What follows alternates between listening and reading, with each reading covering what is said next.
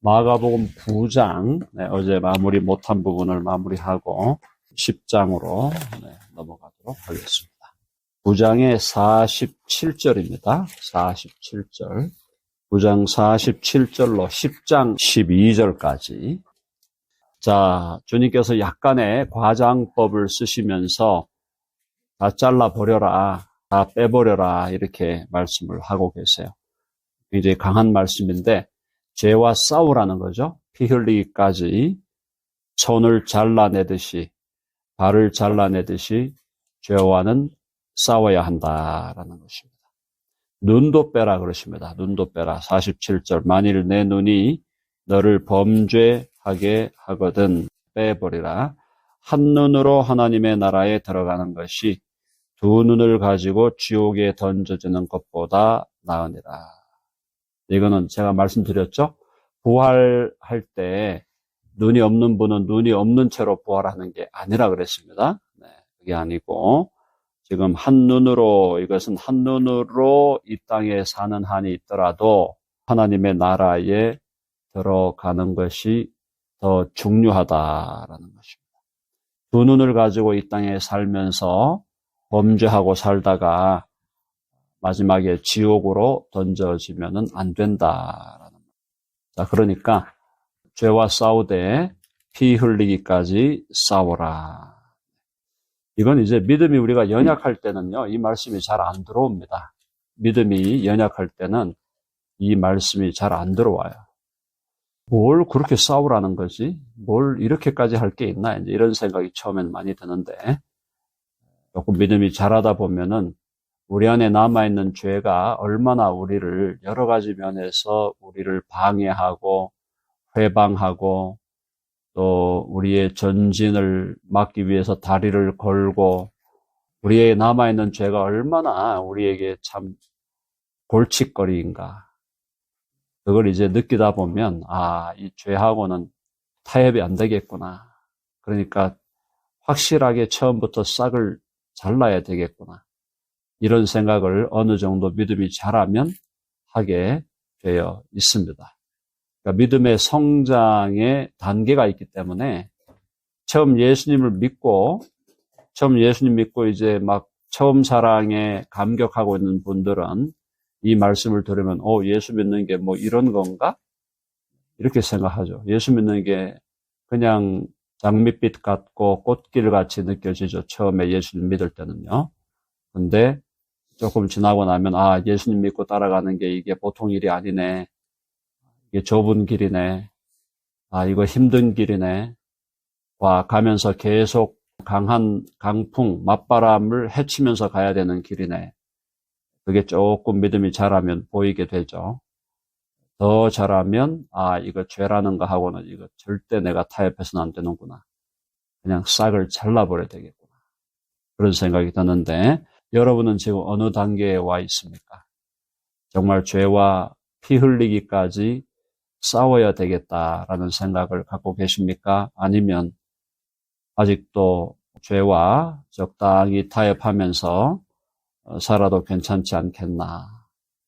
구원의 문제를 얘기하는 게 아니에요. 구원받은 사람이 성장의 과정을 겪어가면서 그런 과정과 절차를 우리가 경험하게 된다는 것입니다. 자, 지옥에 대해서 주님이 48절에 뭐라 그러셨냐면은 48절 읽어봅시다. 시작. 거기에서는 구더기도 죽지 않고 불도 꺼지지 아니하느니라. 이게 불못이잖아요. 불못. 우리 요한계시록에 불못이라 그랬죠. 불못. 지옥을 불못이다. 구더기도 죽지 않고 불도 꺼지지 아니하느니라. 그러면서 사람마다 불로써 소금 치듯 함을 받으리라. 자, 요 말씀을 문자적으로 받지를 않고 상징화시키려는 분들이 있는데 일단 1차적으로 이 말씀은 문자적으로 받아야 합니다. 그러니까 지옥은 일단 불못이다. 불과 관련된 것이다. 라는 걸 우리가 기억을 하셔야 돼요. 불로서 소금 치듯 한다. 우리가 지옥에 영혼이 들어가는 게 아니라 그랬습니다. 지옥은 부활한 몸을 가진 사람들이 들어갑니다. 부활한 몸을 가진 사람들이 들어가기 때문에 불로 소금 치듯 할 때 그걸 느끼게 된다는 거예요. 얼마나 지옥이 무서운 곳이겠습니까? 하나님의 자비와 긍휼이 미치지 않는 곳이죠. 그곳은 하나님의 자비와 긍휼과 사랑이 전혀 미치지 않는 곳입니다. 그리고 철저한 저주와 슬픔만이 있는 곳이에요. 거기서 불로써 소금 치듯 함을 받으리라. 영원한 불못에 던져질 것이다. 과거에 조나단 에드워즈라고 하는 미국의 위대한 신학자가 있는데 그분이 뭘 얘기했냐 하면은 미국의 대각성 운동, 뉴잉글랜드의 1734년, 5년 이때 미국의 대부흥 운동이 일어날 때 조나단 에드워즈 목사님이 설교를 할 때 어떤 설교를 했냐면은 진노하시는 하나님의 손에 있는 죄인들이라고 하는 제목으로 설교를 하는데 그 설교의 90%가 지옥에 대한 생생한 묘사였어요. 90%를 지옥에 대해서 묘사. 지옥에서 죄인들이 겪어야 될 그 잔인하면서도 그 고통스럽고 저주스러운 그 장면을 그분이 설교를 하는데 그때 성령이 임하셔가지고 그 설교를 듣고 있던 사람들이 다 회개하고 주님께로 돌아오면서 대각성운동이 미국에서 펼쳐지게 됩니다. 오늘날에 지옥 설교 잘 안 하잖아요. 주일날이 기분 좋은 날 모였는데 목사님이 왜 저렇게 지옥 얘기를 하지? 별로 안 좋아한다 이 말이에요. 근데 지옥 얘기를 안 하면 예수님이 하신 말씀대로 하는 겁니까? 아니면 예수님이 하신 말씀과 반대되어서 하는 겁니까? 예수님이 지옥 얘기를 하셨습니까? 안 하셨습니까? 성경에서 지옥에 대해서 가장 노골적으로 묘사하신 분은 예수님이세요. 예수님이 지옥에 대해서 가장 강조하여 가르치신 분입니다. 사도 요한이 요한계시록을 쓸 때도 불못에 대해서 자세한 묘사가 없습니다. 불못에 대한 그 묘사를 우리가 그 내용을 받는 길은 예수님이 이 지옥에 대해서 하신 말씀을 보고 우리는 그걸 알게 되는 거예요. 그러니까 하나님의 아들이시고 진리 자체이신 예수 그리스도가 지옥이 있다 그랬고 지옥은 불못이라 그랬으면은 그대로 믿어야 되는 거죠. 그대로. 그래서 정말 우리가 이 땅에 태어나서 예수 믿는 사람도 물론이고 믿지 않는 사람도 인생은 나그네 길, 인생은 슬픈 길, 인생은 외로운 길 다 그렇게 생각하잖아요. 그런 인생을 살다가 영원한 불못으로 던져진다. 얼마나 무섭고 불행한 일입니까? 그래서 다른 방법이 없다. 한번 해봅시다. 오직 예수. 한 번 더 오직 십자가. 오직 보혈. 아멘 하시죠? 네. 예수님의 옷자락을 붙들고 예수님의 보혈을 의지하고 그분의 십자가만 바라봐야 돼요. 그것만이 우리를 지옥에서 건져내는 유일무이한 길이다. 그래서 우리는 예수님이 어린아이로 오시는 아기로 오시는 예수님의 이 성탄을 기념하면서도 어린 아기만 보고 있는 게 아니라 그가 골고다 십자가를 들고 십자가를 지고 골고다 길을 가는 그 장면을 우리는 미리 보게 되고 그분이 십자가에서 나의 하나님 어찌하여 나를 버리시나이까 그렇게 울부짖으며 당신의 생명을 주시는 그 예수 그리스도를 그 어린 아기를 보면서 미리 보게 되는 거죠.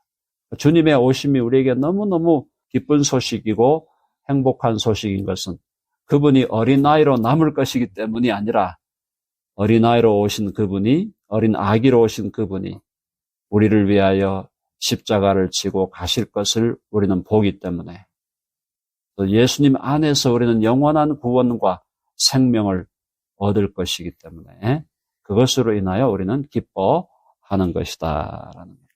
자, 49절 했고요. 그 다음에 사람이 불로서 소금 치듯 함을 받으리라. 야, 이게 무슨 얘기예요?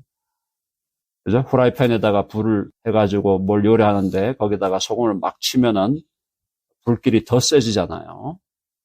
자, 50절. 소금에 대해서 성경은 말씀을 많이 합니다. 50절 다 같이 시작. 소금은 좋은 것이로되 만일 소금이 이르면 무엇으로 이를 짜게 하리요? 너희 속에 소금을 두고 서로 화목하라 하시니라. 자, 소금은 두 가지 역할을 합니다. 소금은 맛을 냅니다. 맛을. 지금도 여러분 우리가 요리할 때 소금이 없다 그러면 얼마나 싱겁겠습니까? 인생이 싱거운 거예요. 소금이 없으면 음식도 싱겁고 인생도 싱거운 겁니다. 소금이 그래서 귀한 것이고 또 소금은 또 뭐죠? 소금은 오염되는 것을 막는 거죠. 썩는 것을 부패를 방지합니다. 뭐 소금으로 옛날에 우리 치약 없을 때 뭘로 닦았나요? 소금으로 다 이빨을 닦고 그렇게 살았습니다. 소금은 깨끗하게 청결제야, 청결제. 소금물로 씻으면 깨끗하게 된다. 자, 그래서 소금은 좋은 것인데 만일 소금이 그 맛을 잃으면 무엇으로 이를 짜게 하리요? 소금이 맛을 잃으면 어떻게 되냐 했습니까? 길가에 버려져 사람에게 밟힐 뿐이니라. 모양은 소금인데 소금이 짠맛이 안 난다. 누가 가지고 있겠습니까? 다 갖다 버리는 것이죠. 그러므로 너희 속에 소금을 두고 서로 화목하라. 이게 왜 나왔을까요? 왜 화목하라? 누가 크냐? 쟁론하였다. 누가 크냐 하면서 싸웠어요, 제자들이. 누가 크냐? 베드로는 내가 이거야. 그리고 요한은 야, 예수님이 나를 제일 사랑한다. 그거 몰랐어? 뭐 그러고. 그러면서 막 싸우는데 너희 속에 소금을 두고 맛을 내게 하는 소금, 그다음에 부패를 방지하는 소금. 그 소금을 너희 속에 두고, 이건 이제 상징적인 표현이죠. 소금을 주머니에 차고 다니게라 이게 아니잖아요. 소금을 두고 서로 화목해라. 부패하면 안 된다. 너희 마음이 부패해지면 안 돼. 그래서 서로 싸우지 말라. 화목하라고 주님이 결론을 내리고 계십니다. 자, 10장 넘어갑니다. 10장은 이혼에 대한 얘기인데요. 우리가 필요한 교훈이니까 10장에서 자, 예수께서 거기서 떠나 유대 지경과 요단강 건너편으로 가시니 이제 유대 지경으로 넘어오신 거예요. 갈릴리에 계시다가 유대 지경으로 넘어오셨어요. 그러니까 북한 땅 저쪽 청진이나 그죠? 청진이나 저쪽 함경도, 함경북도 저쪽에 있다가 지금 이제 서울 쪽으로 내려오신 겁니다. 요단강 건너편으로 가시니 무리가 다시 모여들거늘 몇 천에서 몇 만이라 그랬습니다. 예수께서 다시 전례대로 그동안 해오신 대로 가르치시더니 예수님의 4대 사역 해볼까요? 가르치시다. 복음을 전파하시다. 치유하시다. 긍휼을 베푸시다. 4대 사역이죠. 예수님의 4대 사역. 그런데 여기서 지금 가르치시니까 바리새인들 2절요. 다 같이 시작. 바리새인들이 예수께 나와 그를 시험하여 묻되 사람이 아내를 버리는 것이 옳으니까. 바리새인들이 시험한다는 건 이제 책 잡으려고 하는 거죠. 뭐라도 책을 잡아야 예수 그리스도를 죽이는 것이 자기들에게 정당화되니까 예수께 나와 그를 시험하여 묻되 사람이 아내를 버리는 것이 옳으니까 하니까 바리새인들은 율법의 전문가들이잖아요. 그러면 율법에 뭐라고 돼 있냐? 3절에 대답하여 이르시되 모세가 어떻게 너희에게 명하였느냐? 4절로 시작. 이르되 모세는 이혼 증서를 써주어 버리기를 허락하였나이다. 자, 우리 신명기 24장으로 가봅시다.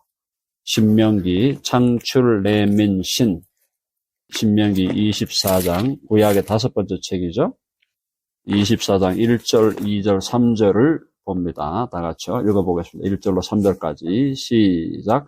사람이 아내를 맞이하여 데려온 후에 그에게 수치되는 일이 있음을 발견하고 그를 기뻐하지 아니하면 이혼 증서를 써서 그의 손에 주고 그를 자기 집에서 내보낼 것이요. 2절 그 여자는 그의 집에서 나가서 다른 사람의 아내가 되려니와 그의 둘째 남편도 그를 미워하여 이혼 증서를 써서 그의 손에 주고 그를 자기 집에서 내보냈거나 또는 그를 아내로 맞이한 둘째 남편이 죽었다 하자. 4절까지 그 여자는 이미 몸을 더럽혔은즉 그를 내보낸 전 남편이 그를 다시 아내로 맞이하지 말지니 이 일은 여호와 앞에 가정한 것이라. 너는 내 하나님 여호와께서 내게 기업으로 주시는 땅을 범죄하게 하지 말지니라. 이혼에 대해서 지금 신명기 율법인데요. 이 율법은 이혼에 대해서 여기서 지금 아내를 맞이했는데 데려온 후에 그에게 수치되는 일이 있음을 발견하고 그를 기뻐하지 아니하면 이혼 증서를 써서 그의 손에 주고 그를 자기 집에서 내보낼 것이다.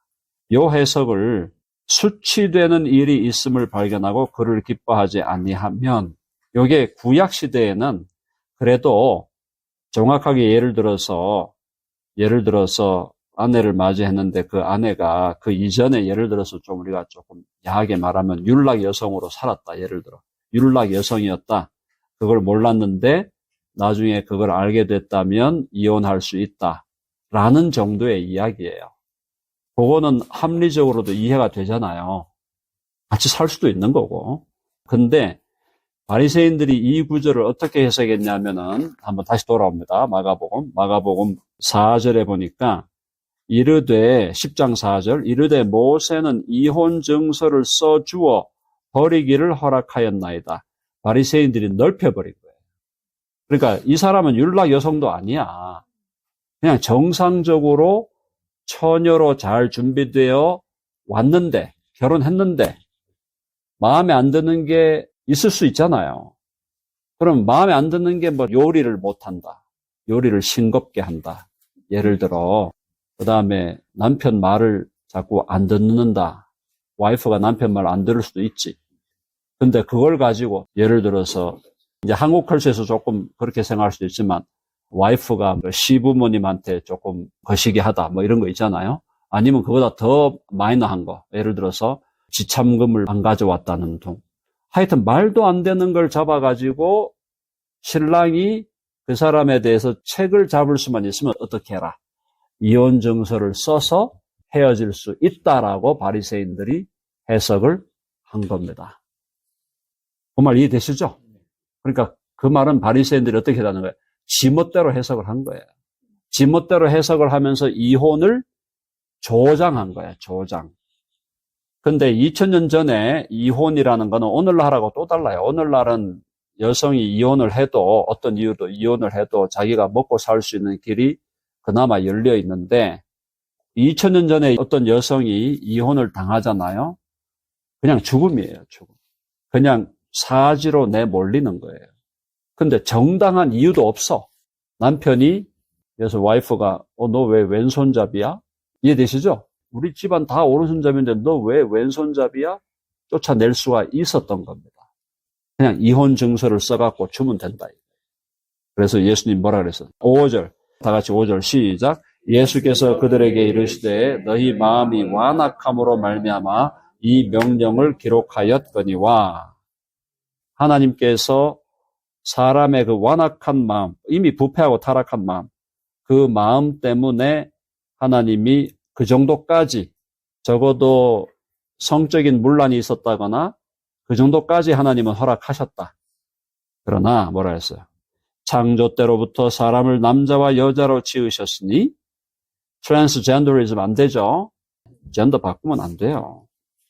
이러므로 사람이 그 부모를 떠나서 그 둘이 한 몸이 될지니라. 이러한즉 이제 둘이 아니요 한 몸이니. 9절 다 같이 시작. 그러므로 하나님이 짝지어 주신 것을 사람이 나누지 못할지니라. 원칙은 이혼은 안 된다. 안 된다. 하나님의 원칙은 이혼은 안 돼. 자, 그러나 한 가지 허용되는 게 있었죠. 10절 집에서 제자들이 다시 이 일을 물으니 11절 이르시되 시작 이르시되 누구든지 그 아내를 버리고 다른 데 장가드는 자는 본처에게 간음을 행하며 12절 또 아내가 남편을 버리고 다른 데로 시집가면 간음을 행함이라. 정당한 이유 없이 이혼을 하면 둘 다 간음을 하는 거다. 이혼을 해갖고 다른 데 장가들거나 다른 데 시집 가면 간음을 행하는 것이다. 그러면 이혼의 유일한 조건은 간음이죠. 간음만이 유일한 조건이 된다. 오늘날 복음주의 신학자들이 몇 가지를 더 넣었어요. 방치한다. 남편이 아내를 방치한다. 폭력을 쓴다. 방치하고 폭력을 쓰는 거를 복음주의 신학자들이 이혼의 근거로 두 개를 내세우는 경향이 있습니다. 근데 그게 성경이 과연 간음이 없는데도 과연 그게 이혼이 가능할까? 신학자들 간에 논쟁이 많습니다. 어떤 사람들은 폭력을 행하고 그 다음에 방치하는 거는 간음에 해당한다. 간음과 같은 죄다. 이렇게 보는 학자들이 있고 그래도 실제적으로 간음이 안 일어났는데 때린다고 이혼하고 방치한다고 이혼하면 안 된다. 신학자들 간에 논쟁이 있어요. 여러분은 어떻게 생각하십니까? 질문을 던지고 오늘 설교를 마무리하겠습니다.